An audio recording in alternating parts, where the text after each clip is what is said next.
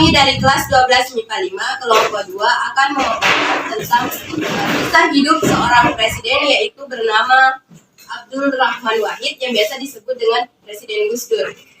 Anggota kelompok kami yaitu saya sendiri, Andi Fitra Ramadhani, Andi Fatur Dwi Derma, Zahwa Azizun, Yulia Resina Zaifah Hadi,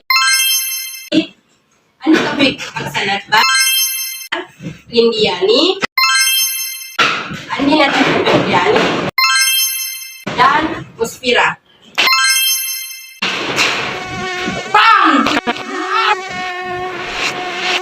Bismillahirrahmanirrahim. Saya akan menceritakan sosok presiden kita, yaitu Abdurrahman Wahid atau yang biasa disapa dengan Gus Dur. Siapa yang tidak kenal dengan sosok Gus Dur? Presiden RI keempat ini. Sosok luar biasa dan merupakan sosok yang menginspirasi. Terkenal dengan kata-katanya, itu aja kok repot. Abdurrahman Wahid atau yang akrab disapa Gus Dur memiliki nama lengkap Abdurrahman Ad-Dakil. Secara etimologi, Ad-Dakil berarti sang penakluk. Namun, dikarenakan nama Ad-Dakil tidak begitu terkenal, maka diganti dengan nama Abdurrahman Wahid. Sebutan Gus Dur dikarenakan lahir di lingkungan pesantren. Gus Dur adalah kependekan dari kata bagus, yaitu sebutan yang sering diberikan kepada anak seorang kiai sebagai bentuk penghormatan di daerah Jawa Timur dan Jawa Tengah. Gus Dur dikenal sebagai tokoh yang kontroversial dan berdedikasi tinggi terhadap penegakan hak asasi manusia, pembela kaum minoritas. Sosoknya yang penuh teka-teki dan kontroversial sehingga pemikiran dan tindakannya sering disalahpahami oleh banyak kalangan. Abdurrahman Wahid atau Gus Dur dilahirkan di Jombang, Jawa Timur, 4 Agustus 1940. Gus Dur merupakan putra pertama dari 6 bersaudara, tapi yang disebutkan oleh media hanya ada 4, yaitu Abdurrahman Wahid, Salahuddin Wahid, Lili Khadijah Wahid, Aisyah Hamid Baitlawi. Ayahnya bernama Kiai Haji Wahid Hashim yang merupakan putra dari Kiai Haji Hashim Asy'ari, pendiri Jam'iyah Nahdlatul Ulama, sebagai organisasi massa Islam terbesar di Indonesia dan sekaligus pendiri pesantren Tebu Ireng Jombang.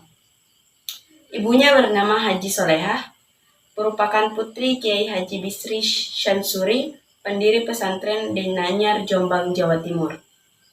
Setelah lulus dari sekolah SD pada tahun 1953, Gus Dur dikirim oleh orang tuanya untuk belajar di Yogyakarta. Untuk masuk ke sekolah menengah ekonomi pertama atau yang biasa disingkat SMEP, Gowongan, sekaligus menetap di pesantren Krapyak. SMEP merupakan sekolah formal yang dikelola oleh Gereja Katolik Roma. Sekolah tersebut banyak menggunakan kurikulum yang sekuler. Dan dari sekolah tersebut, Gus Dur pertama kali belajar bahasa Inggris. Karena Gus Dur merasa kurang leluasa aktivitasnya selama berada dalam dunia pesantren, akhirnya Gus Dur meminta pindah ke kota dan menetap di rumah Haji Junaidi yang merupakan salah seorang pimpinan lokal Muhammadiyah sekaligus orang yang sangat berpengaruh di SMEP. Tamat dari sekolah tersebut, Gus Dur melanjutkan pendidikan ke pesantren Tegalrejo, Magelang, Jawa Tengah. Pemimpin Kiai Haji Chaudhary, Gus Dur pun dikenal dengan ritual-ritual sufi yang mistik dengan bimbingan kiainya. Dari situlah Gus Dur sering melakukan ziarah ke kuburan-kuburan para wali yang keramat di Pulau Jawa. Setelah menghabiskan waktunya selama 2 tahun di pesantren Tegalrejo, Magelang, kemudian berpindah kembali ke Jombang dan menetap di pesantren Tambak Beras hingga Gus Dur berusia 20 tahun.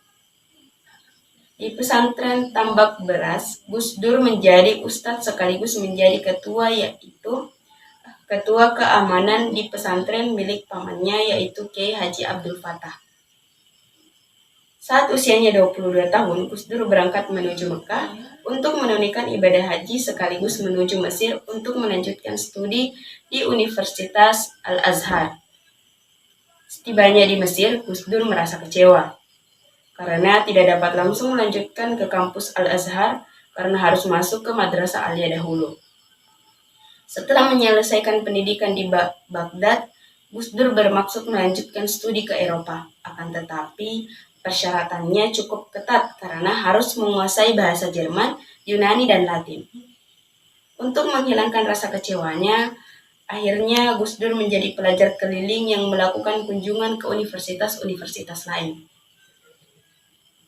Akhirnya Gus Dur menetap di Belanda selama 6 bulan, sekaligus mendirikan suatu perkumpulan pelajar Muslim Indonesia dan Malaysia yang tinggal di daratan Eropa. Pada tahun 1971, Gus Dur kembali ke Indonesia selama masa pemerintahan Orde Baru. Ia disibukkan dengan berbagai kegiatan. Sebelum itu, Gus Dur ternyata juga melakukan pernikahan jarak jauh dengan istri tercinta, yaitu Sinta Nuriyah. Pernikahan itu digelar pada Kamis 11 Juli 1968 atau 16 Rabiul Akhir 1388. Saat itu Gus Dur sedang menempuh pendidikan di Mesir, sementara Sinta Nuriyah berada di Jombang. Setelah menyelesaikan studi di Baghdad, Irak, seusai dari Mesir, Gus Dur kembali ke Indonesia. Akad pun diulangi dan diadakan pernikahan mereka Pernikahan mereka dianugerahi 4 orang putri, yaitu Yeni Wahid, Alisa Kotrun Nada, Inayah Wulandari, dan Anita Hayatun Nufus. Ketika menjabat sebagai presiden, Gus Dur sudah menderita berbagai penyakit seperti stroke, diabetes, gangguan ginjal, dan gangguan pada penglihatannya. Gus Dur meninggal pada 30 Desember 2009 di Rumah Sakit Cipto Mangunkusumo, Jakarta akibat komplikasi. Baik, jadi itulah biografi tentang presiden kita, yaitu Abdurrahman Wahid atau yang biasa disapa Gus Dur.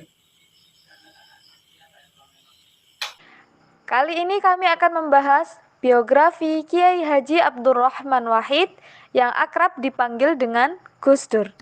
Menjabat Presiden RI keempat mulai 20 Oktober 1999 hingga 24 Juli 2001. Beliau lahir tanggal 4 Agustus 1940 di Desa Den Anyar, Jombang, Jawa Timur. Gus Dur adalah putra pertama dari 6 bersaudara. Ayahnya adalah seorang pendiri organisasi besar Nahdlatul Ulama yang bernama Kiai Haji Wahid Hashim. Sedangkan ibunya bernama Hajjah Solehah, adalah putri pendiri pesantren Den Anyar Jombang, Kiai Haji Bisri Syamsuri. Dari perkawinannya dengan Sinta Nuriyah, mereka dikaruniai 4 orang anak, yaitu Alisa Kotrun Nada Munawwaroh, Zanuba Arifah Hafsoh, Anita Hayatun Nufus, dan Inayah Wulandari. Sejak masa kanak-kanak, Gus Dur mempunyai kegemaran membaca dan rajin memanfaatkan perpustakaan pribadi ayahnya. Selain itu, beliau juga aktif berkunjung ke perpustakaan umum di Jakarta. Pada usia belasan tahun, Gus Dur telah akrab dengan berbagai majalah, surat kabar, novel, dan buku-buku. Di samping membaca, beliau juga hobi bermain bola, catur, dan musik. Bahkan Gus Dur pernah diminta untuk menjadi komentator sepak bola di televisi. Kegemaran lainnya yang ikut juga melengkapi hobinya adalah menonton bioskop. Kegemarannya ini menimbulkan apresiasi yang mendalam dalam dunia film. Inilah sebabnya mengapa Gus Dur pada tahun 1986 sampai 1987 diangkat sebagai ketua juri Festival Film Indonesia. Masa remaja Gus Dur sebagian besar dihabiskan di Yogyakarta dan Tegalrejo. Di dua tempat inilah pengembangan ilmu pengetahuan mulai meningkat. Masa berikutnya, Gus Dur tinggal di Jombang di pesantren Tambak Beras, sampai kemudian melanjutkan studinya di Mesir. Sebelum berangkat ke Mesir, pamannya telah melamarkan seorang gadis untuknya, yaitu Sinta Nuriyah, putri dari Haji Muhammad Sakur. Perkawinannya dilaksanakan ketika Gus berada di Mesir. Sepulang dari pengembaraannya mencari ilmu, Gus Dur kembali menjadi guru.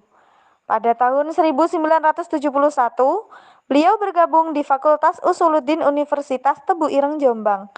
3 tahun kemudian, beliau menjadi sekretaris pesantren Tebu Ireng. Dan pada tahun yang sama, Gus Dur mulai menjadi penulis.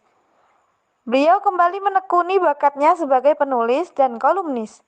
Lewat tulisan-tulisan tersebut, gagasan pemikiran Gus Dur mulai mendapat perhatian banyak.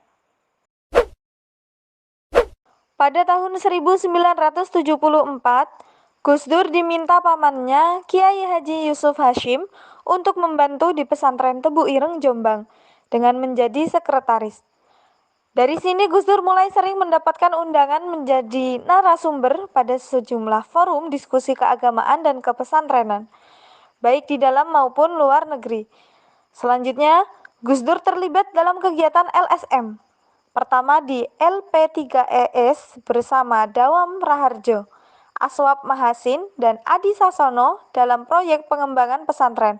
Kemudian Gus Dur mendirikan P3M yang dimotori oleh LP3ES.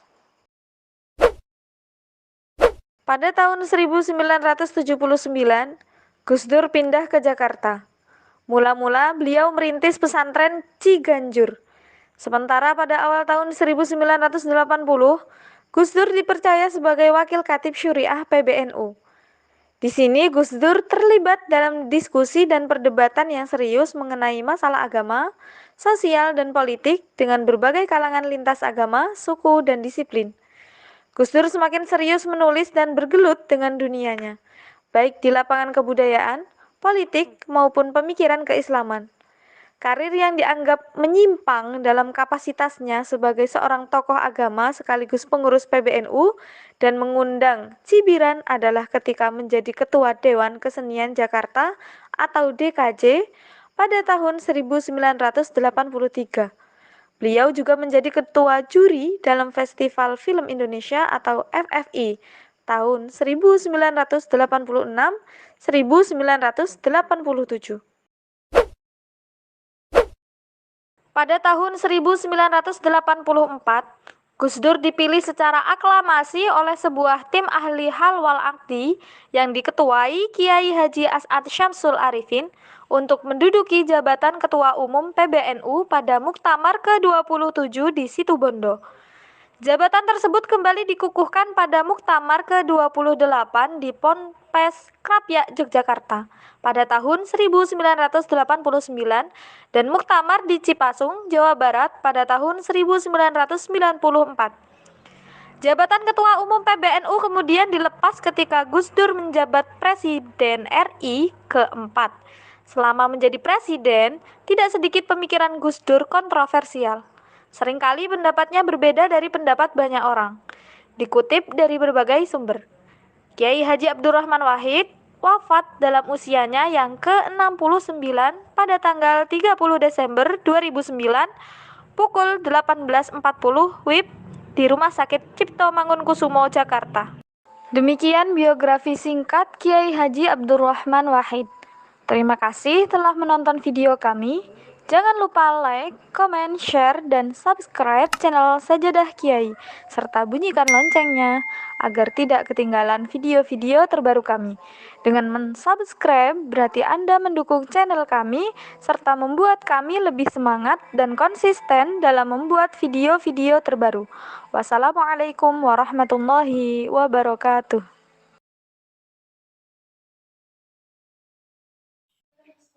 Baik, di sini saya akan memaparkan bagaimana proses berakhirnya masa jabatan dari Habibie.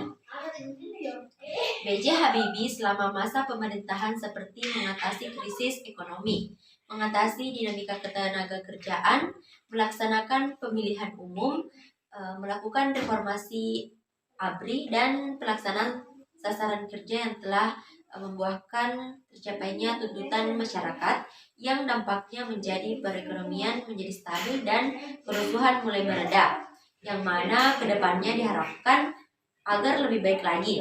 Pada akhirnya pada tanggal 21 Oktober 1999 merupakan berakhirnya masa jabatan B.J. Habibie setelah pidato pertanggungjawabannya ditolak dan tidak mencalonkan sebagai presiden. Habibie punya pendukung dan simpatisan, namun tak punya barisan. Itulah akar penyebabnya. Kedua, di ring satu internal Habibie sendiri, baik yang di Golkar maupun yang di parpol lain, namun terajut dalam fokus politik irama suka, Irian, Maluku, Sulawesi, dan Kalimantan. Terperangkap pada fantasi bahwa Habibie bukan sekedar presiden transisi, melainkan presiden penerus Soeharto. Atas dasar dua kondisi objektif itu, tim strategis Habibie dalam menghadapi aliansi besar mengurus Habibie di parlemen salah tafsir dan salah hitung. Untuk membendung arus koalisi pencegah terpilihnya Habibie sebagai presiden definitif hasil pemilu 1999, Habibie mengandalkan Partai Golkar sebagai kekuatan kunci. Nah, disinilah salah tafsir dan salah hitung bermula. Golkar di atas permukaan memang terkesan solid dukung Habibie. Namun pada waktu itu, kalau jadi, Golkar sekedar pendukung, bukan barisan Habibie. Golkar sebagai sebuah barisan terbelah dalam dua formasi barisan. Berdasarkan hasil penelitian, maka dapat disimpulkan bahwa keadaan di Indonesia mulai mengalami perubahan yang signifikan setelah B.J. Habibie menerapkan beberapa kebijakan untuk mengatasi berbagai persoalan yang terjadi akibat krisis ekonomi. Namun setelah berakhirnya masa pemerintahan B.J. Habibie telah memberikan kebebasan rakyat Indonesia untuk beraspirasi dan menyampaikan pendapat yang merupakan bentuk tuntutan rakyat pada pemerintah. Baik, saya akan menjelaskan bagaimana proses Abdur Rahman Wahid diangkat menjadi presiden. Sebelum itu, Habibie presiden di masa Orde Baru kereformasi mendapatkan serangan dari hampir seluruh anggota MPR kala itu. Laporan pertanggungjawaban dimentahkan. Penolakan ini membuat Habibie mengurungkan niatnya maju sebagai presiden RI lagi.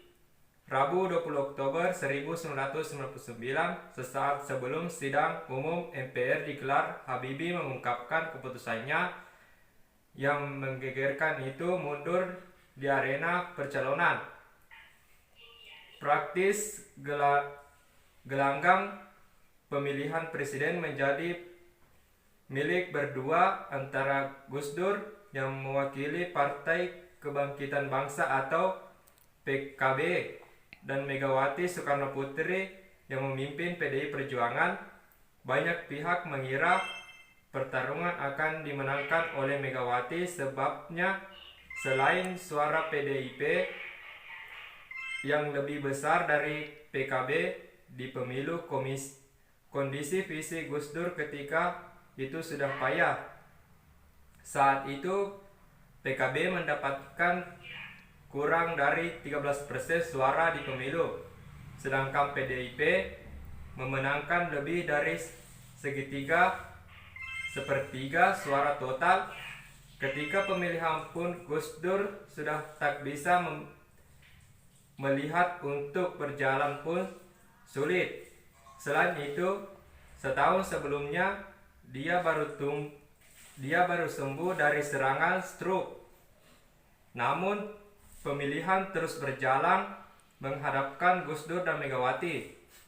Saat awal penghitungan suara, seolah Megawati bakal unggul, namun ketika proses penghitungan sudah berjalan 2/3, masing-masing mengumpulkan 250 suara. Selanjutnya, tampak suara Gus Dur lebih merangkak naik, kiat jauh meninggalkan Megawati. Jalannya penghitungan suara pun berlangsung amat tegang. Akhirnya, tak disangka Gus Dur berhasil unggul dengan menggontis 373 suara, 60 suara lebih banyak dari Mega. Banyak pihak mengira pertarungan akan dimenangkan oleh Megawati, sebabnya selain suara PDIP yang lebih besar dari PKB di pemilu, kondisi fisik Gus Dur ketika itu sudah payah. Saat itu PKB mendapatkan kurang dari 13% suara di pemilu, sedangkan PDIP memenangkan lebih dari sepertiga suara total. Ketika pemilihan pun Gus Dur sudah tak bisa melihat, untuk berjalan pun sulit. Selain itu, setahun sebelumnya dia baru sembuh dari serangan stroke, namun pemilihan terus berjalan menghadap Gus Dur dan Megawati. Saat awal perhitungan suara, seolah Megawati bakal unggul, namun ketika proses penghitungan sudah berjalan 2/3 masing-masing mengumpulkan 250 suara. Selanjutnya tampak suara Gus Dur terus merangkak naik kiat jauh meninggalkan Mega. Jalannya perhitungan suara pun berjalan amat tegang. Akhirnya tak disangka Gus Dur pun berhasil unggul dengan menggotong 373 suara, 60 suara lebih dari Mega. Astaga, Gus Dur yang terpilih. Mengetahuinya dirinya gagal, Mega berjalan menghampiri Gus Dur. Dia letakkan tangannya ke pundak pria tersebut. Digambarkan Grab Barton, Megawati tampak tenang tanpa menunjukkan perasaannya. Dia terlihat menerima kekalahan dengan anggun. Sudut-sudut bibir Megawati bergerak kecil, namun matanya yang membasah menunjukkan keterkejutannya yang dalam. Di tengah keriuhan itu, Gus Dur masih bisa tenang dan santai. Sementara istri Gus Dur, Sinta Nuria, dan putrinya Yeng Wahid juga berdiri tenang di sisi Megawati. Wajah keduanya hampir dapat menyimpan rasa terkejut dengan sempurna. Masih dalam suaranya, masih dengan suasananya hingar-bingar dan sorak-sorai, Gus Dur dibantu berdiri dan dibimbing ke podium. Tak ada yang mengira Gus Dur akhirnya naik ke tempat kekuasaan tertinggi negara. Bahkan malam hari, orang-orang terkejut. Sebagai ajudan hanya berlatih mempersiapkan kalau atau Habibie terpilih sebagai presiden. Orang-orang itu tak bersiapkan diri seandainya Gus Dur yang keluar sebagai pemenang. Berita mengejutkan ini pun tersiar di seluruh penjuru negeri juga dunia. 2 hari usai momen bersejarah itu, sampul depan majalah The Economist memuat poster Gus Dur di samping judul dengan huruf tebal warna kuning bersembunyi, astaga, Gus Dur yang terpilih presiden baru Indonesia yang mengejutkan. Mbak Megawati Soekarno Putri 313 suara. Yang absen 5 suara. Dengan demikian, Presiden Republik Indonesia masa bakti 1999 sampai 2004 ada yang terhormat Saudara Abdul Rahman Wahid. Allahu Akbar. Allahu Akbar.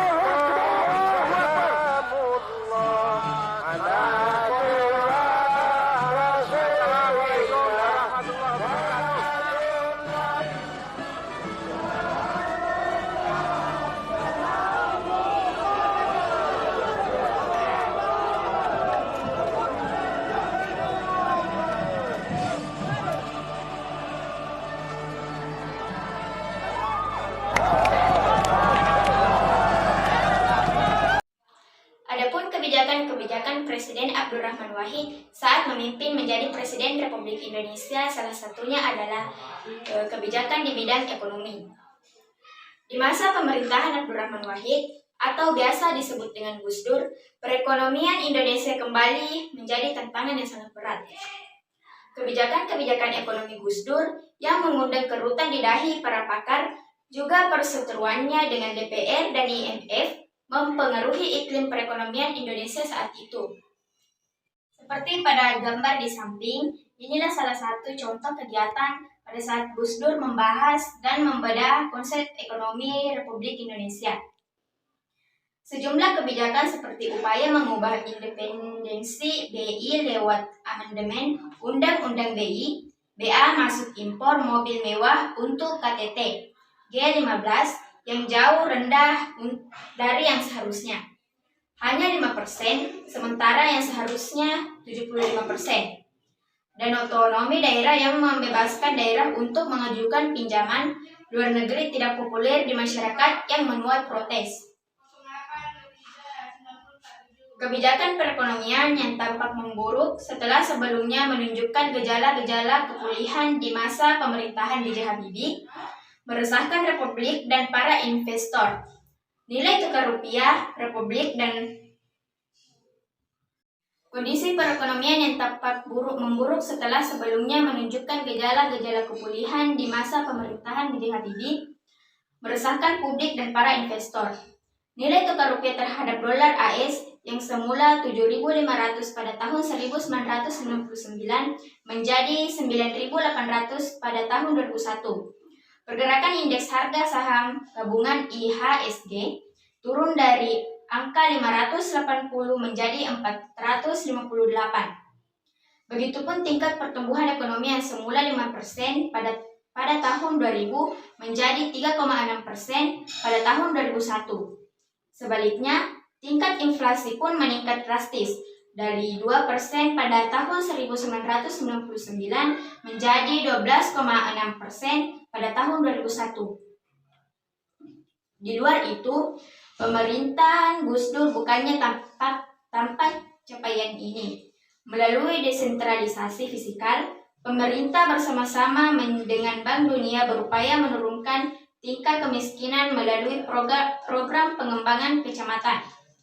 Selain itu, juga ada proyek pedesaan, mulai dari pembangunan infrastruktur seperti jalan, jembatan, dan infrastruktur seperti saluran irigasi dan sanitasi, juga memberikan bantuan kredit usaha mikro. Adapun kebijakan kedua adalah kebijakan dalam bidang politik. Salah satu kebijakan politik Abdurrahman Wahid pada awal pemerintahannya adalah membubarkan Departemen Penerangan.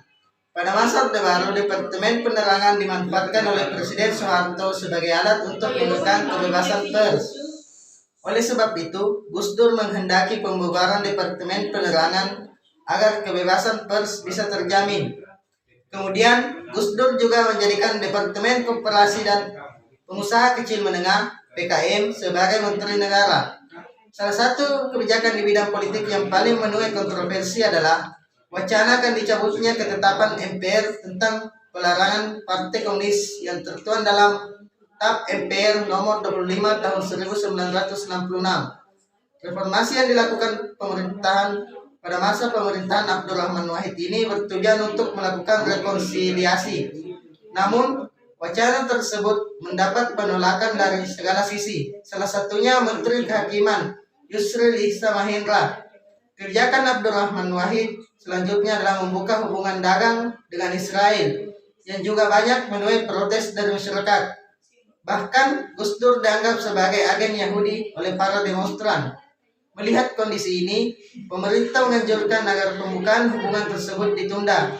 Kemudian pada tahun 2000, Gus Dur mengeluarkan peraturan Presiden nomor 6 yang mencabut instruksi Presiden nomor 14 yang dikeluarkan pemerintah Soeharto.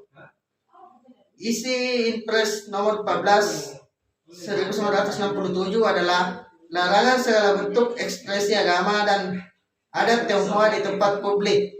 Dengan perpres yang dikeluarkan Gus Dur, maka etnis Tionghoa bisa melakukan kembali budaya tradisional mereka. Bahkan Gus Dur juga menetapkan Tahun Baru Imlek sebagai hari libur nasional pada tahun 2000.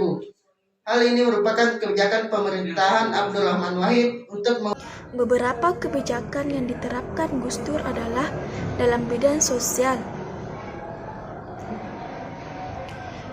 Dalam bidang sosial, Gus Dur mempunyai sikap toleransi yang tinggi atas umat beragama. Hal ini menyebabkan adanya kebebasan rakyat Indonesia dari memeluk agama yang dipercayainya. Beberapa kebijakan Gus Dur dalam bidang sosial adalah sebagai berikut. Keputusan Presiden Kepres nomor 6 tahun 2000 berisi mengenai pencabutan Impres nomor 14 tahun 1967 tentang agama, kepercayaan, dan adat istiadat Cina. Tahun Baru Imlek sebagai hari libur nasional. Hal ini untuk menghormati adat dan budaya dan warga keturunan Cina di Indonesia. Usulan pencabutan MPRS nomor 25 tahun 1966, pencabutan tersebut menuai kontroversi di mana di dalamnya berisi dan mengenai larangan penyebaran, menganut dan mengikuti ajaran komunisme, Leninisme, dan Marxisme di Indonesia. Papua disetujui oleh Nawabaru Jaya dengan adanya kebijakan. Papua disetujui sebagai nama baru di Irin Jaya dengan adanya kebijakan yang diambil tersebut. Pergantian nama tersebut disahkan bersama dengan itu bendera Papua dapat dikibarkan kembali. Hal ini yang kemudian menjadi salah satu kontroversi dan polemik dalam. Adapun kelebihan dari Kiai Haji Abdurrahman Wahid, akrab dipanggil Gus Dur. Gus Dur adalah seorang pribadi yang betul-betul berbeda. Pertama, dia jadi presiden itu cuma modal dengkul, itu pun dengkulnya Amin Rais. Kedua, dia seseorang yang pemberani. Dia mengembalikan hak warga Tionghoa untuk merayakan hari besar Imlek lagi. Ketiga, dia adalah seorang kiai bukan politisi. Dia tidak mau berkompromi dengan hal yang tidak sesuai dengan prinsipnya. Makanya dia dijatuhkan dari jabatan presiden. Padahal andai dia mau, sudah banyak orang yang siap melobi. Akhirnya dia keluar dari istana dengan pakaian sangat sederhana sebagai simbol perlawanannya. Adapun kekurangan yang ada pada pemerintahan Abdurrahman Wahid adalah sebagai berikut. Adanya kunjungan ke Israel dan menyarankan untuk membuka hubungan diplomasi antara Indonesia dan Israel.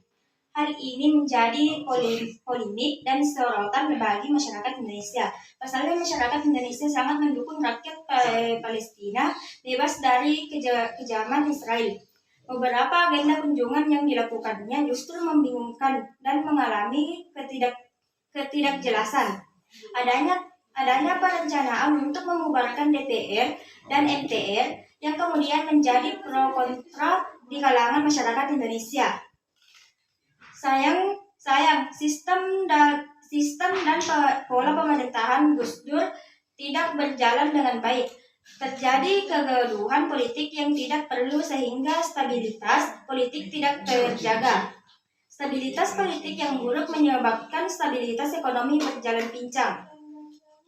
Presiden Abdurrahman Wahid sering melontarkan pernyataan-pernyataan kepada media yang kerap memanaskan suhu politik tanah air. Hal tersebut menimbulkan keguncangan sistem politik dalam negeri. Salah satunya yaitu soal reshuffle kabinet atau desakan mundur terhadap sejumlah menteri. Rendahnya tingkat popularitas Gus Dur. Masyarakat kurang antusias dengan gaya pemerintahan Gus Dur. Dengan beberapa keputusan yang kontroversial, membuat Gus Dur bukan sosok yang populis.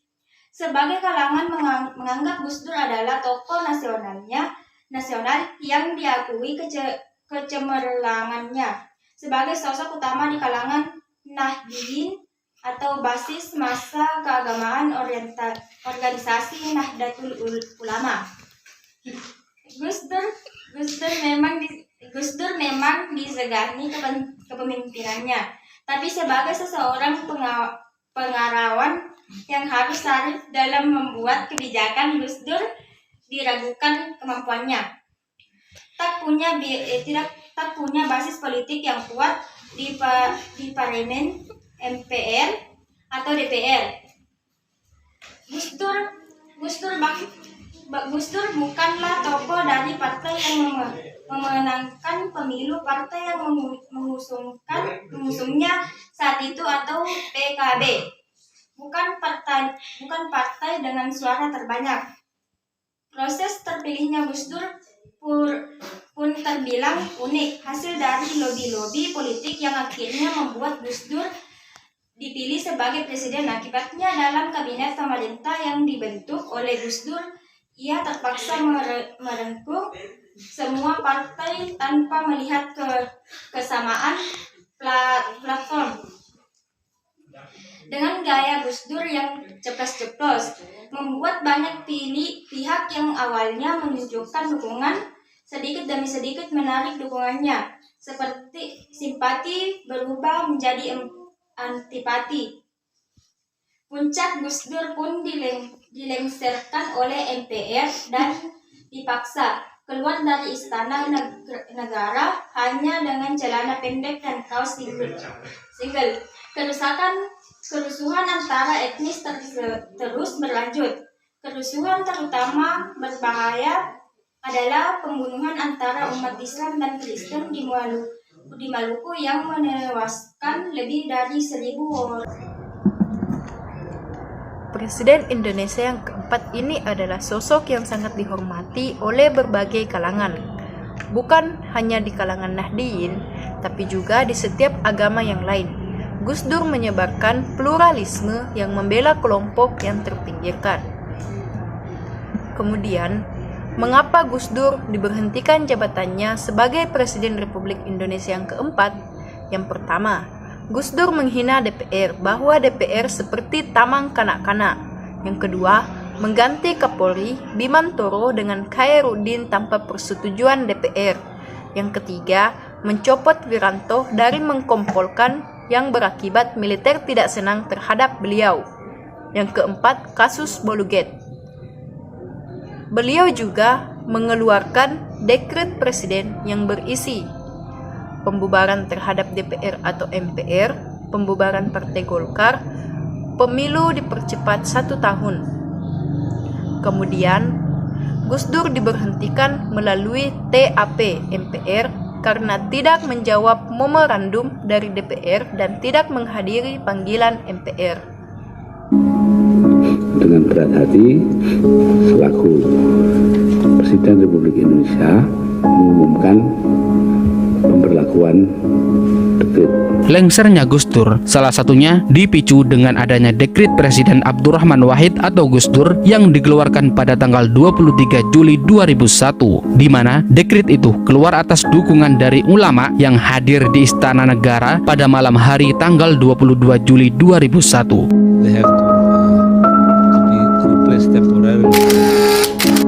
Lalu, pada Senin dini hari pukul 1.30 waktu Indonesia bagian Barat, raut wajah Gus Dur pun tampak serius. Keningnya sesekali berkerut, intonasi suaranya diatur sedemikian rupa sehingga membuat suasana ruangan di Istana Merdeka Jakarta menjadi senyap.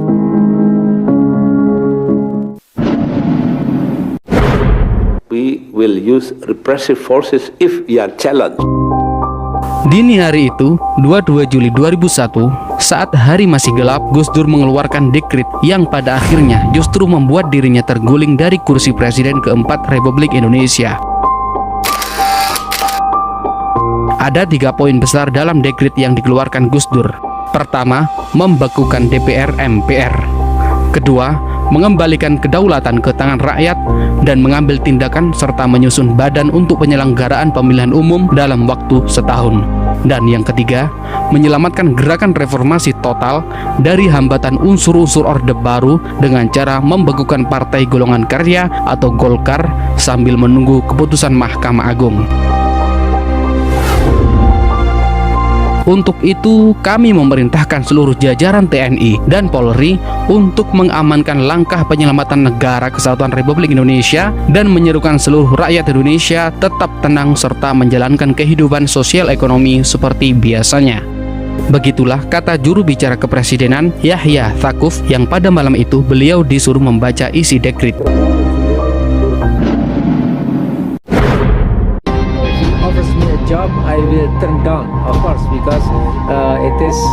Pemberlakuan dekret pun langsung ditanggapi keras oleh lawan-lawan politik Gus Dur, termasuk Megawati Soekarno Putri yang saat itu menjabat sebagai wakil presiden juga tidak sependapat dengan langkah yang diambil cucu pendiri Ormas Islam terbesar NU yaitu Gus Dur. Di sisi lain, pimpinan parlemen pun langsung melakukan perlawanan dengan menggelar konferensi pers. Amin Rais yang saat itu menjabat sebagai ketua MPR mengajak seluruh masyarakat memboikot isi dekret. Sementara, sidang istimewa MPR yang semula akan digelar pada 1 Agustus 2001 dipercepat menjadi hari itu juga atau Senin siang. Sidang istimewa pun digelar untuk memakzulkan Gus Dur dari kursi presiden. Sidang istimewa juga dilakukan untuk mengangkat Megawati sebagai presiden kelima Republik Indonesia, sekaligus memilih Hamzahas sebagai wakil presiden melalui voting.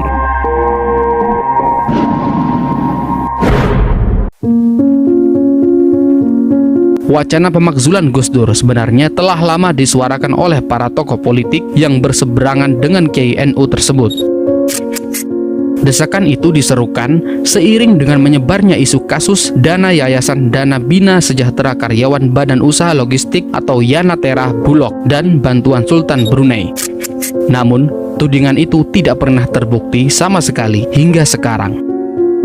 Tidak hanya itu, lawan politik Gus Dur juga menggunakan alasan penggantian Kapolri dari Jenderal Bimantoro kepada Jenderal Khairuddin Ismail secara sepihak untuk mempercepat pelaksanaan sidang istimewa MPR.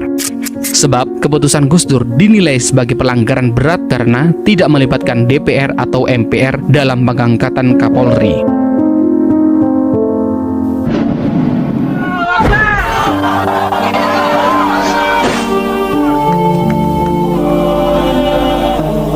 Pemakzulan Gus Dur yang dipimpin oleh Ketua MPR Amin Rais pun memantik kemarahan para santri NU dan simpatisan Gus Dur. Basis massa yang dipelopori warga Nahdliyin itu juga sempat mengepung istana presiden dan gedung DPR MPR di Jakarta.